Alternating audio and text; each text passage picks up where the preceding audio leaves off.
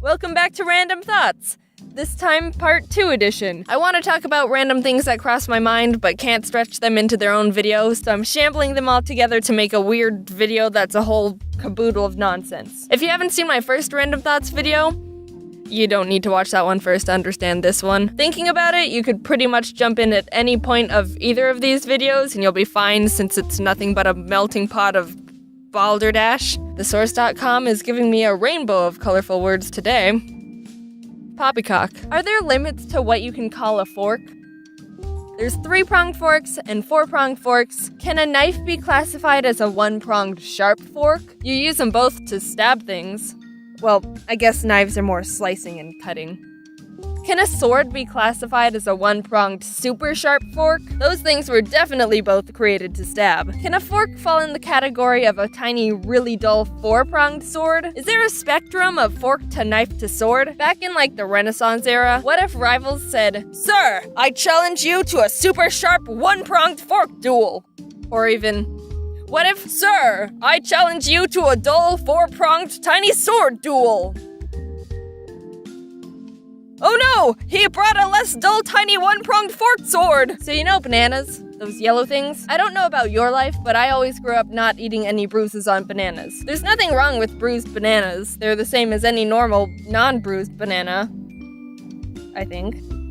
I just did research, as in the first result on Google, and it says for bananas to ripen, they start to make a hormone called ethylene, which sounds like an ingredient in gasoline, but it's not. It's what turns bananas from their super gross green bitter phase to the softer, sweeter, and quite frankly, more superior yellow phase. Yay, ethylene! But apparently, ethylene doesn't know how to chill out, so even when a banana's at the perfect ripeness, the ethylene is like, no, I think we can keep going. I think we can be even more ripe. What's the worst that can happen? So the banana just tries to infinitely get more ripe, which is what eventually turns it mushy and brown.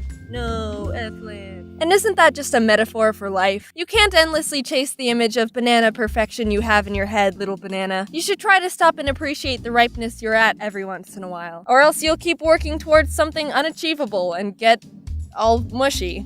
Banana body positivity. Unless you're a green banana.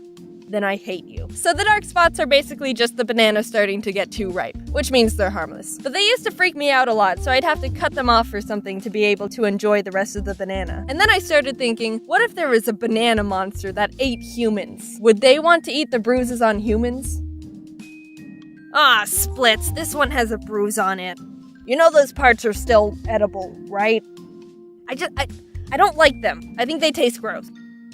Here, you can just cut off the bruises. It's fine. Let me just use this 1-pronged fork of mine, and this started off all sciencey and informational, and then I think I ruined it. Since you brought up the topic of bananas, I was at a store checkout line one time, and this guy got in queue behind me. I didn't think anything of it until I saw this river of bananas scroll up to the register. Imagine, so you know how grocery stores have their bananas on display, and underneath the display sometimes there's more boxes of bananas? He had 4 of those banana boxes, all laid out on the conveyor belt. I've never seen anyone buy that many bananas before.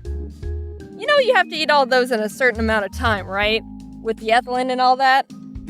Is this your first time buying bananas? I looked up to see who this hero of a man was, and we made eye contact, and I didn't know what to do, but I felt like I had to say something because I was so proud of him, so I just went, yeah, bananas are my favorite too. What are fish's opinions on water currents? Do you think they think they're annoying? Welcome home, fish dear. How was your day at the office? Ah, fishwife. The currents were pretty strong today. I was swimming to fish work, and the currents swished all my fish papers out of my fish hands. I mean fins, so I was late. Our fish neighbor, Benjafish, crashed into me on my way as well. Currents were too strong for his feeble fish body. You know him in his old fish age. Oh, fish frick. Fishwife, there's no need to use that type of fish ling.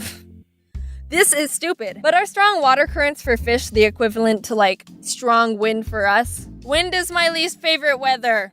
People with long hair can understand. Or do you think they're more like fun amusement park rides? Or at least slides. Like in Nemo when they were with the high turtle? That seemed like fun. I can imagine a fish charging fish money to let other fish go down the river stream or a little waterfall. Fun for the entire fish family. Disney World. But then I remember those clips of salmon trying to swim upstream against the water to go have babies, and that whole ordeal just seems like an inconvenience, especially because bears. Oh, fish Are we all just brains wearing human meat suits? Let's pretend there's a fountain of youth somewhere. Let's pretend that's a real thing. Do you think that if you sat in it too long, that your fingers would get wrinkly? Ha! Get it? Because water makes your hands. Do you think if you sit in it for too long, you'll eventually just turn into your mom and dad because before you became a human baby, that's how you originated? If you wait even longer, do you become your grandparents?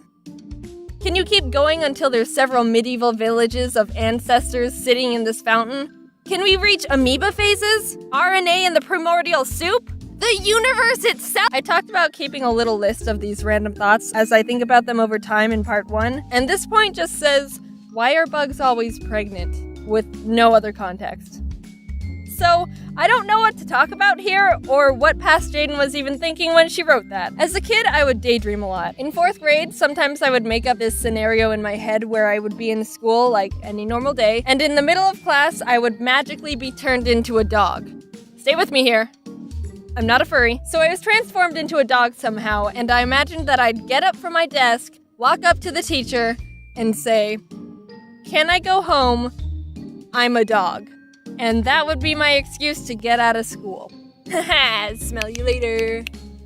So what's it like to be a normal kid? I feel like the majority of people would just try to pretend they're sick or something. Me? Nah, being turned into a dog would be the most logical and easiest way to get out of school. I didn't even have a follow-up plan for after I got out of class. I'd go home, and then what? Just be a dog for the rest of my life? Obviously, I had to be a dog that talked, so maybe I would have became a super famous talking dog. But scientists might want to take me away and run tests on me and my weird human dog brain. All I wanted to do was get out of class! I'd probably end up daydreaming about turning back into a human to get out of dog experimental lab class. Or I could just pretend to be sick like a normal science experiment test subject.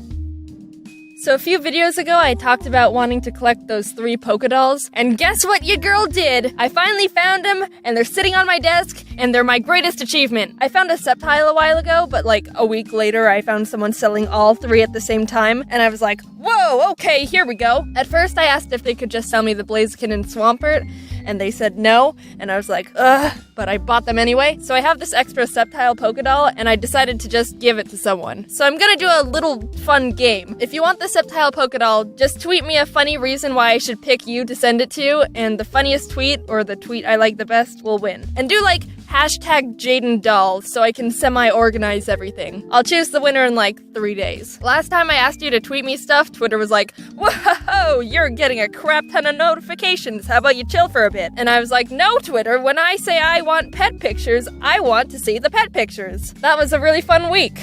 Also, one last thing real quick. There's new holiday Christmas merch in the shop if you dig that kind of stuff, and everything's gonna be 25% off for a while. So yeah, that's cool. Thanks for listening and can't wait to see my Twitter be a mess for another week. Bye.